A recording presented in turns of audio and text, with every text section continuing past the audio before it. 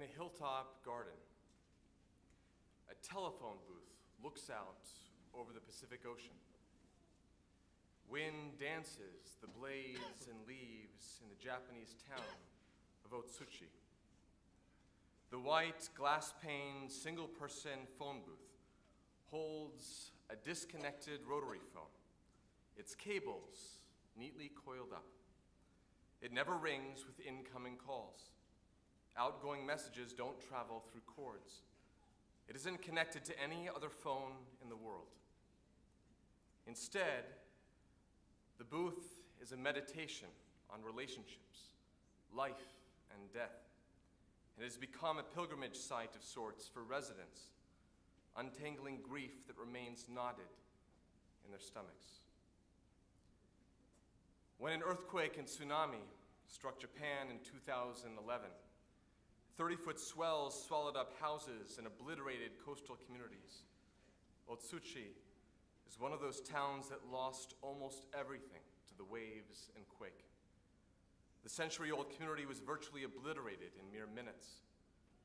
About 10% of the town's 16,000 residents died in the disaster. A resident named Itari Sasaki had started building the phone booth in his garden the year before as a place to reflect over his cousin's death.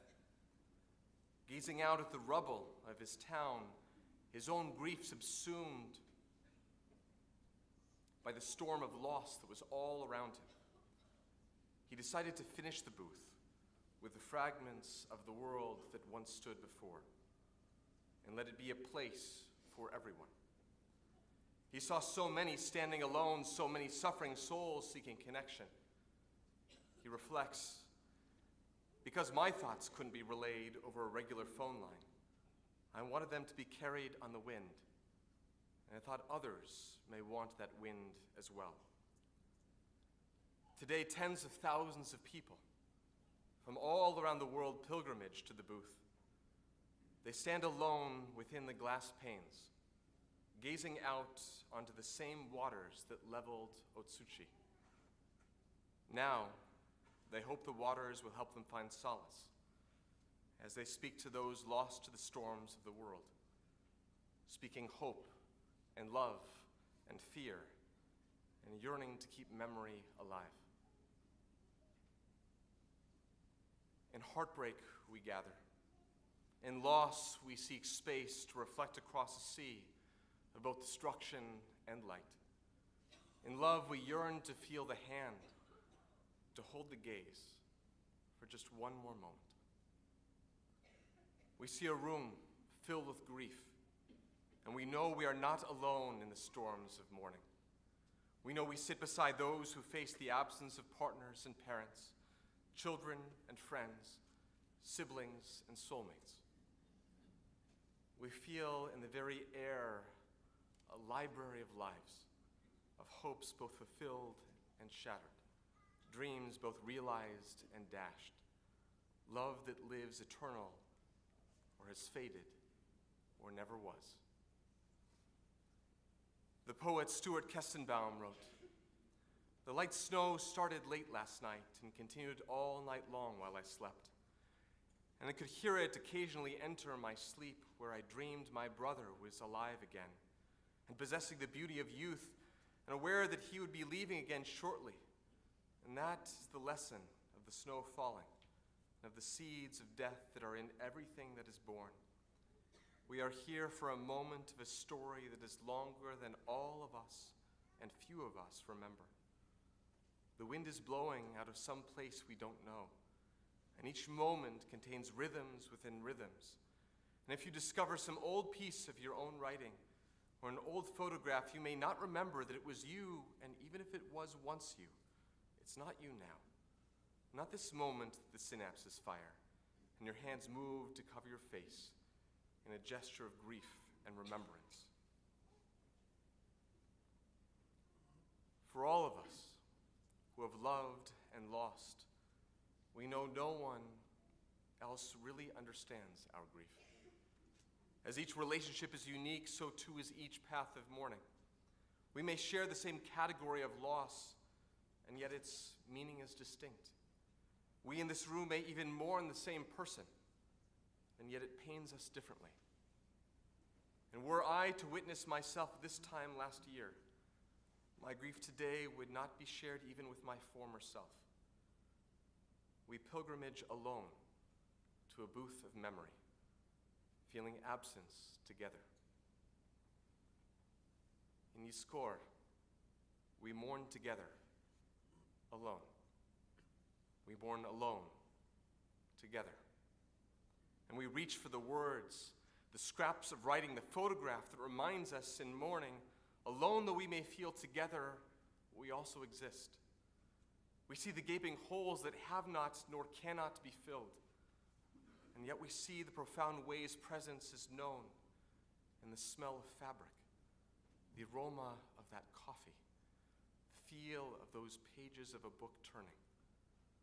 Worlds have fallen apart, and yet the remnants linger. For Cynthia Dokas, her sunglasses are her portal to grief. I purchased my first pair of black sunglasses in the fall of 1990, when my mother deteriorated from being my articulate, vibrant, closest friend to someone who did not even recognize me or know my name. In September, a rare brain-eating disorder of unknown origin had arrived without warning and quickly took her life. In the weeks that followed, the tornado that had engulfed my family grew darker and more violent. It continued to pummel my brother, sister, and me, and slammed us to the ground for a second time. When I looked up, depression and despair had swept away my father. 6 weeks after my mother died, he took his own life in our home. At 24 years old, my life as I knew it was over, and the seasons had not even changed. When I crawled out of the wreckage of my first life, there was little left. No home, no parents, just my siblings and me. My face was pale and expressionless, and my eyes were swollen shut. When I could finally open them, I had to survive in a world that continued on without my parents. I did not know anyone my age who had lost both a mother and a father. I ached for someone who knew to tell me that I would be all right. I struggled to hear my mother's words of inspiration that most things, dear, are correctable, so never give up, and this too shall pass. But this was not correctable, and this would not pass. I had lived through the end of the world before I had even experienced truly living in it. I hoped that if I looked composed and confident, then maybe I could be. I immersed myself in my third year of law school. It was a remnant of my old life that offered structure where I now had none. I was calm and measured because I had to parent myself. My new definitions of bad and heartache were unimaginable to most 24-year-olds. In every crowd, I still searched for my parents. And I still have my black sunglasses. So often the world around us seeks to spin us away from our grief. With the best of intentions, we are given or create for ourselves a proper roadmap of mourning. We're reminded when it is time to move on, when it's time to clear away the clothing, when it's time to file the paperwork, get rid of the toothbrush, brew less coffee. But for many, mourning cannot be measured. Steps of consolation cannot be rushed. And in death, we are forever changed.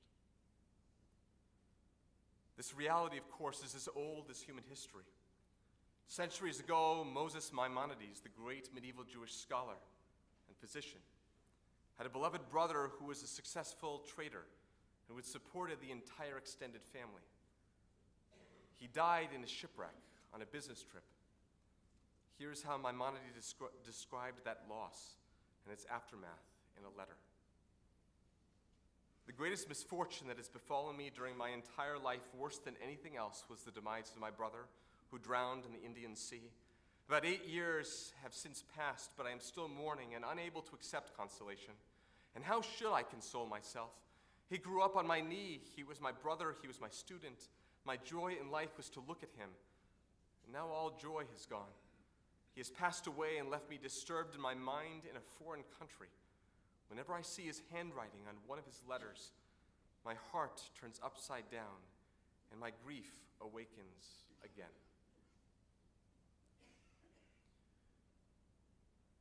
Dr. Daniel Wegner has spent decades researching what he calls transactive memory. That is, memory that we hold actually outside of ourselves. On the most mundane of levels, we feel his research in our cell phones. We have thousands of phone numbers and email addresses at our fingertips, yet only a rare few actually stay in our brain space. On a more meaningful level, with people we know well or with whom we have significant relationships, we create what he calls an implicit joint memory system, a transactive memory system, which is based on an understanding about who is best suited to remember what kind of things. The parent with the mouth-watering brisket recipes, that friend with an aptitude for fashion, the partner who somehow remembers where we left our keys and what outfit we wore at our nephew's wedding 15 years ago. In a very real way, we come to rely upon and even exist in spaces beyond ourselves. Our relationships are in a very real sense woven into our sense of self, and we are a part of the people we love.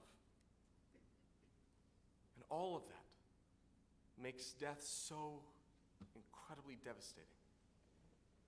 What Wegner's study adds to our understanding of the nature of loss is that in death, a part of us, literally, not just figuratively, also dies. Because we love that person was a part of our external memory system.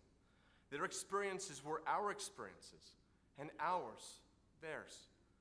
With the loss of a loved one, that shared hard drive, if you will, has crashed. All those things, mundane and momentous, how we navigate the world, how we relate to other people, how we recall the past, how we dream about the future. All that, and so much more that was them, but was also us. All that is lost when a loved one dies. They, and only they, knew certain things about us and our history, things nobody else knew. Wegner explains that in this loss of self, in losing a loved one that is, at least in some part, a source of the depression and dysfunction many of us experience upon the death of a loved one, we are no longer wholly ourselves. In Wegner's words, it is a feeling akin to losing part of one's own mind. This is the very reason Yiskor is so necessary.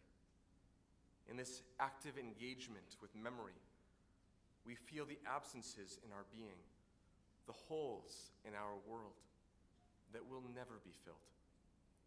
We bear witness to the ways that we are forever changed without these sacred people beside us. And there is an even deeper dimension of memory to this ritual. If it is that when our loved one dies, a piece of us dies with them, then it means that the converse is also true. An aspect of our loved one still lives within us today. In memory, we bear their light beyond death. What does it mean in practical terms to say that a parent, a sibling, a child, a partner lives on through us? How do we express our responsibility? How do we express our opportunity to perpetuate the values, the high ideals, the traditions, and the values by which our loved one lived?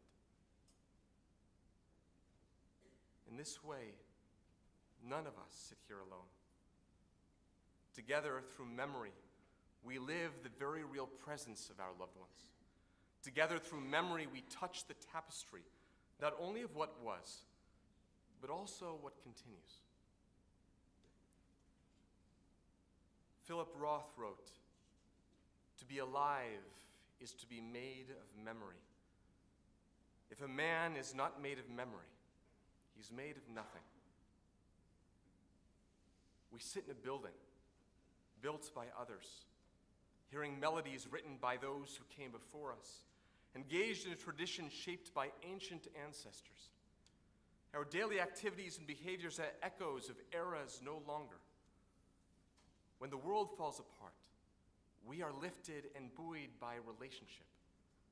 With death, we lose the tethers that kept us afloat amidst the flood. With grief, we lose the balm that eased the burns of anguish and despair. With memory, we realize we are not alone. And in memory, we see how profoundly we have lost. In the words of Mary Oliver, the time I thought I could not go any closer to grief without dying, I went closer, and I did not die. Surely God had his hand in this, as well as friends. Still I was bent, and my laughter, as the poet said, was nowhere to be found. Then, said my friend Daniel, brave even among lions, it's not the weight you carry, but how you carry it. Books, bricks, grief, it's all in the way you embrace it, balance it, carry it. And when you cannot and would not, put it down. So I went practicing. Have you noticed? Have you heard the laughter that comes now and again out of my startled mouth? How I linger to admire the things of this world that are kind and maybe also troubled. Roses in the wind, the sea geese on the steep wave, a love to which there is no reply. This is our task in Yizkor. Grief does not disappear. When the storms have ravaged our lives, what is broken cannot be undone. But we learn to carry it, first alone, and then together. We feel contours of our loss, the small and profound ways the world is diminished and we are changed. And the unconscious act of reaching to call the person who can no longer pick up, and seeing his face in the crowd, and feeling her hand against your neck. Our grief reminds us our loved ones linger. The remnants linger. In the gaping holes, we see the pieces of us that lived in them. And in memory, we see the pieces of them that live on in us. In fires, in floods, in quakes, in disease, we are not, nor will ever be immune to ways it all may fall apart. But today we are given a gift, a space, alone, together, to hold our grief in new ways, to let the tears fall, and maybe even find laughter, to feel both absence and presence in both the great joys and painful struggles.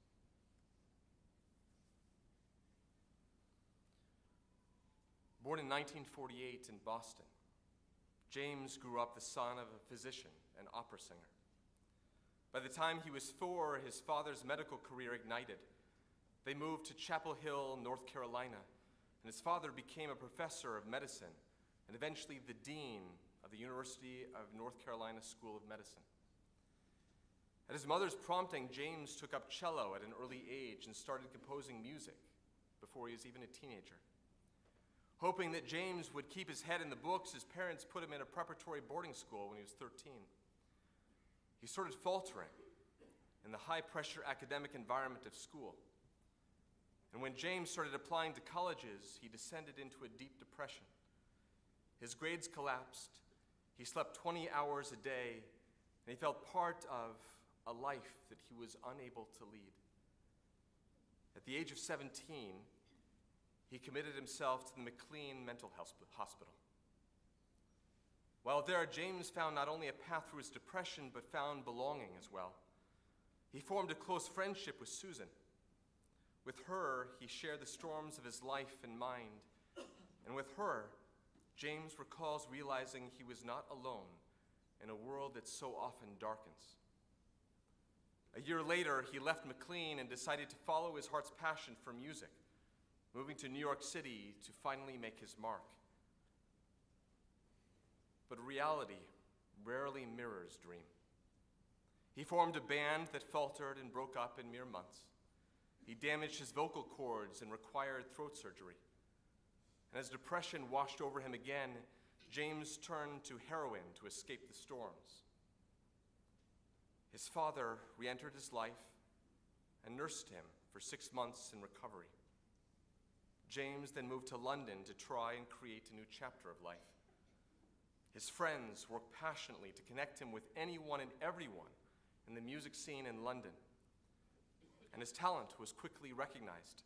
And soon James found himself recording with the Beatles.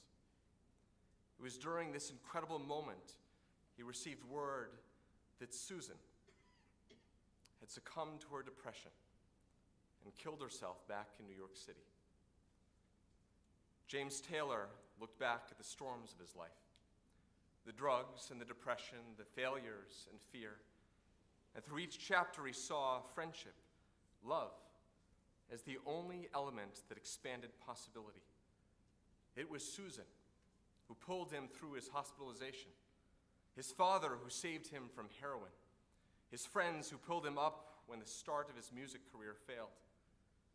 And so he wrote a song as tribute to the love that carries us through our most trying of times. It is that same love that makes absence felt most poignantly in the peaks and valleys of life. For in those moments we cling most dearly, most desperately to the people we love. We may walk to the top of the hillside and gaze out over the Pacific. In those waters we see both death and life. Within a lone telephone booth, we are reminded that no electrical signal links us to what came before. But the wind may carry voice and soul. If we listen, we may hear the whispers of presence that was there all along. And through the pains of the booth, see other pilgrims of grief, each climbing this same hill. I've seen fire, and I've seen rain. I've seen sunny days that I thought would never end. I've seen lonely times when I could not find a friend. And I always thought that I'd see you again. And I will. And I do.